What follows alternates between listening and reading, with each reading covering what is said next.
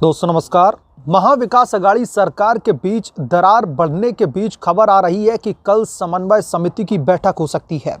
बैठक में कांग्रेस, राष्ट्रवादी कांग्रेस पार्टी और शिवसेना के त्रिदलीय गठबंधन धन आवंटन को लेकर के दरअसल शिवसेना अपने मतभेदों को दूर कर सकती है। ऐसी खबर आ रही है कि शिवसेना ने कांग्रेस और एनसीपी की तुलना में धन के कम आवंटन पर दरअसल असंतोष व्यक्त किया है। पिछले कुछ महीनों में समग्र रूप से सरकार के कामकाज को लेकर पार्टियों के बीच में मतभेद चल रहे हैं। उदाहरण के लिए हाल ही में राज्य के ऊर्जा मंत्री और कांग्रेस नेता नितिन राउत ने राकंपा यानी कि सीपी के मंत्री हसन मुश्रीफ, जिनके पास में ग्रामीण विकास मंत्रालय है, और शिवसेना मंत्री एकनाथ शिंदे जो कि शहरी विकास विभाग के प्रभारी हैं, उन पर बार बार याद दिलाने के बावजूद नकदी की तंगी से जूझ रही महाराष्ट्र राज्य बिजली वितरण कंपनी पर बकाया नहीं चुकाने का गंभीर आरोप लगाया था। उन्होंने दोस्तों इस मुद्दे पर मुख्यमंत्री उद्धव ठाकरे को एक चिट्ठी भी लिखी थी। इन लंबित मुद्दों को हल करने के अलावा तीनों दलों ने अभी तक अपने अपने सदस्यों को नियुक्ति पर सहमति नहीं बनाई है, जो विभिन्न राज्य सरकार के उपक्रमों और निगमों पर अध्यक्ष और निदेशक के रूप में 2 साल से अधिक समय से लंबित हैं। तो अघाड़ी सरकार के दलों के बीच में अपने अपने फायदे के लिए दोस्तों खींचातान मचती हुई दिखाई दे रही है।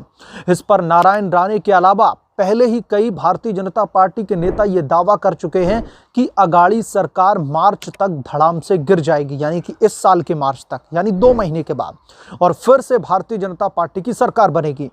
महाराष्ट्र की हालिया तस्वीर देख करके क्या ये मान लिया जाए कि अघाड़ी सरकार का अंत निकट आ चुका है और भारतीय जनता पार्टी की भविष्यवाणी सच साबित होने वाली है? आपको बता दें कि 2019 के महाराष्ट्र राज्य चुनाव से पहले शिवसेना ने दोहराया था कि वो केवल 50-50 के फॉर्मूले को स्वीकार करेगी, जबकि भारतीय जनता पार्टी ने इस तरीके के फॉर्मूले पर सहमति से सीधे तौर पर इंकार कर दिया था। इसने कथित तौर पर अपने मंत्रियों के लिए 26 जो है रखते हुए शिवसेना को 13 कैबिनेट विभागों की पेशकश की थी। शिवसेना के पोर्टफोलियो की मांग के अलावा पार्टी ने सीएम पद में भी 2.5 साल के बंटवारे की मांग की थी, यानी 2.5 साल देवेंद्र फडणवीस रहेंगे मुख्यमंत्री, 2.5 साल मुख्यमंत्री उद्धव ठाकरे। इसे भी देवेंद्र फडणवीस ने ये कहते हुए ठुकरा दिया था कि अगली सरकार भारतीय जनता पार्टी के सीएम के नेतृत्व में ही बनाई जाएगी। तो सीधे तौर पर जो दोस्तों महाराष्ट्र की महाविकास अघाड़ी सरकार के जो तीनों घटक हैं, कांग्रेस, शिवसेना और राष्ट्रवादी कांग्रेस, ये तीनों दल दरअसल अब धन आवंटन को लेकर आपस में लड़ते हुए दिखाई दे रहे हैं। इसे लेकर के आपातकालीन एक तरीके से मीटिंग बुलाई गई है, जिसमें खास करके शिवसेना जो उनको धन आवंटन किया गया था, इस पर मैंने बाकायदा एक रिपोर्ट पेश की थी कि किस तरीके से मुख्यमंत्री हैं उद्धव ठाकरे महाराष्ट्र के, लेकिन उनके पास में सबसे ज़्यादा कम पैसा आवंटित होकर के गया था और सबसे ज़्यादा पैसे को लेकर बाजी मारी थी राष्ट्रवादी कांग्रेस पार्टी यानी कि शरद पवार की पार्टी में।